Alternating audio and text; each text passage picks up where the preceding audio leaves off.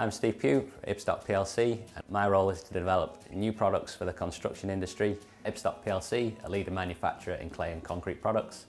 We make products that go in to build homes, football stadiums, libraries, hotels. We've been around for over 200 years. We've 40 factories across the UK and we supply over 700 million bricks and 36 million tonnes of concrete each year. I first developed an interest in product development.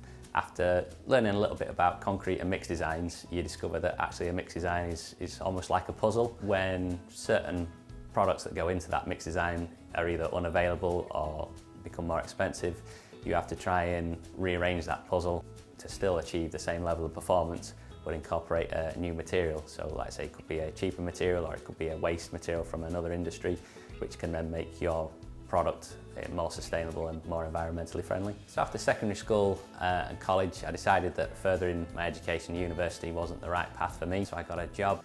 After a few years, I decided I wanted to see more of the world, so I moved industries to work for the construction industry.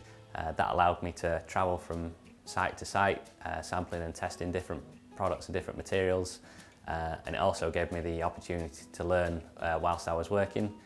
So skills required to do the job, you need good problem-solving skills.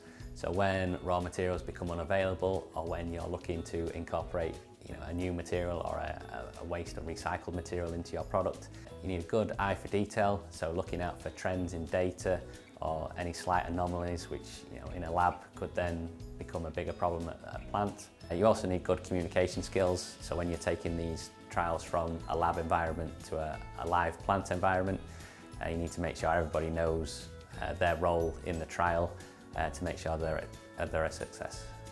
The average salary, so for a concrete technician, probably somewhere in the region of 20 to 30,000. Concrete technologists are probably a little bit above that, and then technical managers are probably anywhere from 30 to 90,000. The thing I like most about my job is that it's got a purpose, and when you've developed something or tested something that's then ended up in a football stadium, you drive past that when you're out with your family and you can say, yeah, I've designed that, I've developed that or tested that material.